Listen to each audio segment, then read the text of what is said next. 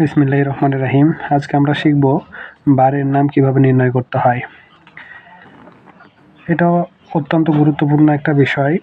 আমরা চলাফেরার ক্ষেত্রেও দেখা যায় যে কোনো বন্ধু-বান্ধব বা কেউ জিজ্ঞাসা করলেও আপনাকে করতে পারে যে 1971 সালের 26শে মার্চ কী বার ছিল, বা 1971 সালের 16ই ডিসেম্বর কী বার ছিল। এই ধরনের কোশ্চেনগুলো অনেকে করে থাকে। সেক্ষেত্রে আজকে আমরা শিখব অত্যন্ত সহজভাবে বারের নামগুলা কিভাবে নির্ণয় করতে হয়। যেমন ঐতিহ্যবাহী একটা সাল আর ডেট দিয়ে যদি শুরু করি, যে কেউ আপনাকে জিজ্ঞাসা করলো 1971 সালের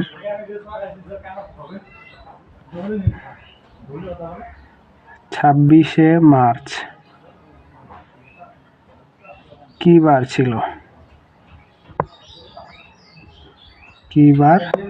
ছিল, সেক্ষেত্রে এগুলোর সমাধান করার জন্য প্রথমে আমাদের কাজ হচ্ছে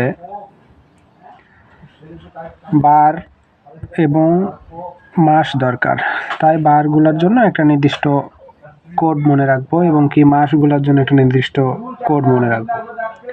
এখন মাস আর বারের ক্ষেত্রে কোডগুলো আমরা মনে রাখার আগে আমরা যদি মাসের নামগুলো লিখি, 12 মাসের নাম, যেমন January, February, March, April, May, June, July, August, September, October, November and December. এরপরে 7টা বারের নাম যদি লিখি, Saturday, Sunday, Monday, Tuesday, Wednesday, Thursday and সর্বশেষ হচ্ছে ফ্রাইডে। এক্ষেত্রে আপনাদের হয়তো মনে হতে পারে যে এতগুলা বারের জন্য আবার এতগুলা মাসের জন্য কি কোড মনে রাখবো, এতগুলা কোড মনে রাখা অঙ্ক তো অনেক ঝামেলা। আচ্ছা, আমি প্রথমে কোডগুলা লিখে দিই, তারপরে আপনাদেরকে বলতেছি। যেমন জানুয়ারি মাস, এখানে আমরা 1, এটা 4, এটা 4, এটা হচ্ছে 0, এটা 2, এটা যদি 5 হয়, July 0, August 3, September 6, October 1, November 4, আবার ডিসেম্বর হচ্ছে 6। এক্ষেত্রে আপনার মনে হতে পারে এত কষ্ট করে এতগুলো মান কিভাবে মনে রাখবো। এখন মনে রাখার জন্য আমি সহজ একটা ট্রিক্স আপনাদেরকে বলতেছি। দেখেন, 3টা করে ভাগ করব মাসটাকে 4 ভাগে। এটা হচ্ছে 3টা, এটা হচ্ছে 3টা, এটা 3টা, আবার এটা হচ্ছে 3টা। এখন দেখেন, আমরা বর্গ জানি, বর্গ প্রথম 3টা যদি আমরা বলি যে এটা হচ্ছে 12র বর্গ, আর এই 3টা হচ্ছে 5-এর বর্গ, এই 3টা হচ্ছে 6-এর বর্গ, আর এটা হচ্ছে 146, এর সাথে 2 যোগ করলে এই 3টা হয় 146। তাহলে অত্যন্ত সহজ হয়ে যাচ্ছে। প্রথম 3টা হচ্ছে 12-এর বর্গ, তারপর 3টা হচ্ছে 5-এর বর্গ, তারপর 3টা হচ্ছে 6-এর বর্গ, তারপরটা হচ্ছে প্রথমটা 144, এর সাথে 2 যোগ করলে 146 হয়। আর বারের কোডগুলো মনে রাখা অত্যন্ত সহজ। 0 থেকে শুরু করব। এই যে স্যাটারডে হচ্ছে 0, সানডে 1, তারপরে 2, পর্যায়ক্রমে এটা চলতে থাকবে। এটা 3, 4, এটা 5, এটা হচ্ছে 6। ওকে, এখন আমাদের যে সাল, বারের নাম এখন আমরা নির্ণয় করব। দেখেন, এখানে আছে 1971 সাল। এটাকে আমরা 2 ভাগে সুন্দর করে ভাগ করব, যেন কোনো প্রবলেম না হয়। এখন দেখেন, 1971 সাল কিন্তু লিপ ইয়ার না। কোনো সাল লিপ ইয়ার না, এটা বোঝার জন্য শেষে যে 2টা ডিজিট থাকবে, এই ডিজিটটাকে যদি আমরা 4 দিয়ে ভাগ করি এবং ভাগটা যদি 4 দিয়ে সরাসরি চলে যায়, তাহলে পরে সেটা হচ্ছে লিপ ইয়ার বা অধিবর্ষ যেটাকে বলে বাংলাতে। আর না গেলে পারে সেটা লিপ ইয়ার হবে না। সেক্ষেত্রে আপনি লক্ষ্য করবেন, প্রথমে এটা যদি 1971 সাল হয় তাহলে 1900-র পরে বাদ দিয়ে, মানে 1971 থেকে 1900 বাদ দিবেন, তাহলে 1900-এর পরে 71 আছে, এখানে 71 লিখবেন, সহজ করে সুন্দর করে 71 লিখবেন। এখানে 71 লেখার সাথে সাথে সুন্দর করে আপনি এখানেও 71 লিখে রাখলেন।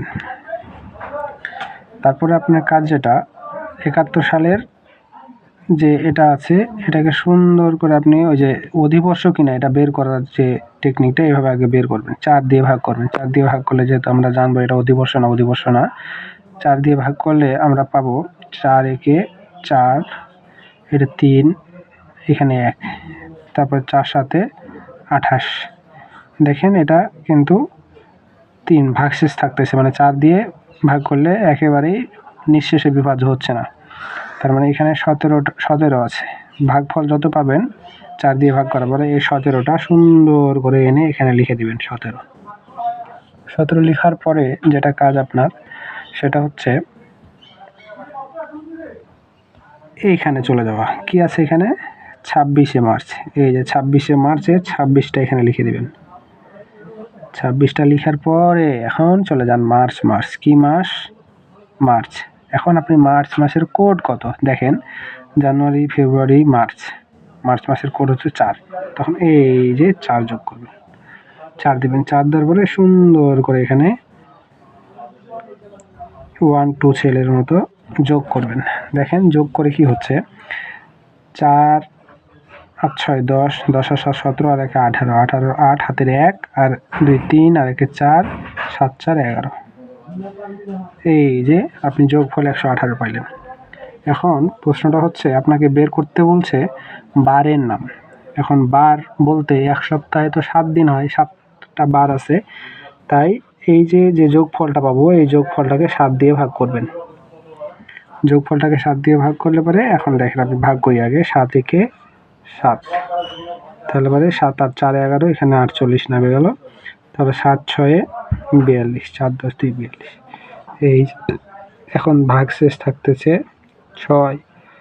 এই যে ভাগশেষ যত থাকবে এই ভাগশেষটা এখন আপনি মিলাবেন বারের কোডের সাথে। বারের কোডের সাথে মিলাতে গেলে দেখেন এটা শনিবার 0, রবিবার 1, এভাবে মিলাতে গেলে দেখবেন এই যে ভাগশেষ আছে 6। ভাগশেষটা যেহেতু 6-এর সাথে মিলে গেছে তাহলে পরে এখন আপনি এখানে লিখবেন এই বারটা হলো শুক্রবার। আরেকবার আমি রিভিশন করাই দিই, যে সালটা হচ্ছে 1971 সালে 26শে মার্চ কি বার ছিল। তাহলে প্রথমে আমাদের কাজ হচ্ছে 71 যেটা আছে, 19-এর পরে 71, এটাকে লিখে ওটাকে আমরা 4 দিয়ে ভাগ করব। যেহেতু অধিবর্ষ কিনা 4 দিয়ে ভাগ করলে পারে যদি নিঃশেষে বিভাজ্য হয়ে যায়, নিঃশেষে বিভাজ্য বলতে যদি সরাসরি ভাগ চলে যায় তাহলে সেটাকে নিঃশেষে বিভাজ্য বলে।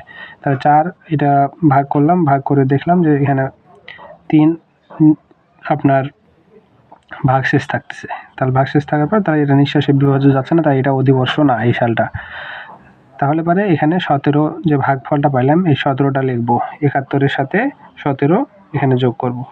এরপরে কাজ হচ্ছে ওই মাসের কত তারিখের কথা বলা হয়েছে, ওই মাসের 26 তারিখের কথা বলা হয়েছে, এখানে 26 তারিখ দিলাম।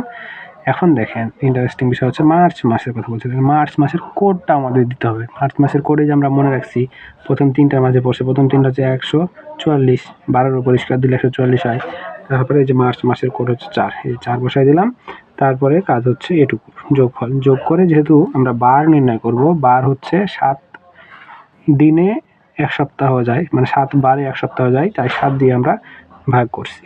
প্রত্যেকটাকে এভাবেই করব, 7 দিয়ে ভাগ করলে এখানে দেখেন ভাগ করার পরে আমরা 6 পাইছি ভাগশেষ। এখন যেটাই ভাগশেষ পাবো, যেটাই করি না কেন, সেই ভাগশেষের বারের যে কোড আমাদের এই কোডটা আছে, যে কোডটা আসে ভাগশেষে ওটা হবে ওটার বার। তারপরে আমরা লিখব যে 1971 সালে 26শে মার্চ কী বার ছিল, সেটা হচ্ছে শুক্রবার। ধন্যবাদ।